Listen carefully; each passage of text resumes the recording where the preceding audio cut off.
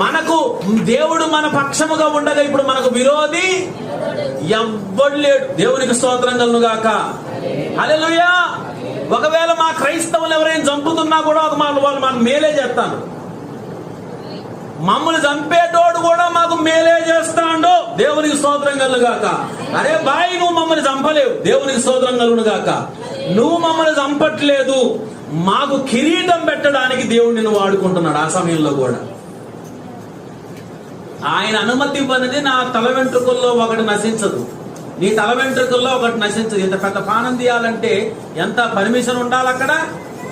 పెద్ద ఆయన దగ్గర పర్మిషన్ ఉంటే ఓకే, వాన్ని నా కొడుకుని చంపినా పర్వాలేదు, నా కొడుకు బతికినప్పుడు మాట్లాడిన దానికంటే చచ్చిపోయిన తర్వాత కోట్ల మందితో మాట్లాడతాడు.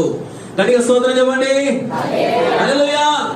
తాడాల ప్రవీణ్ గారిని చంపేసి అయిపోయింది, బొంద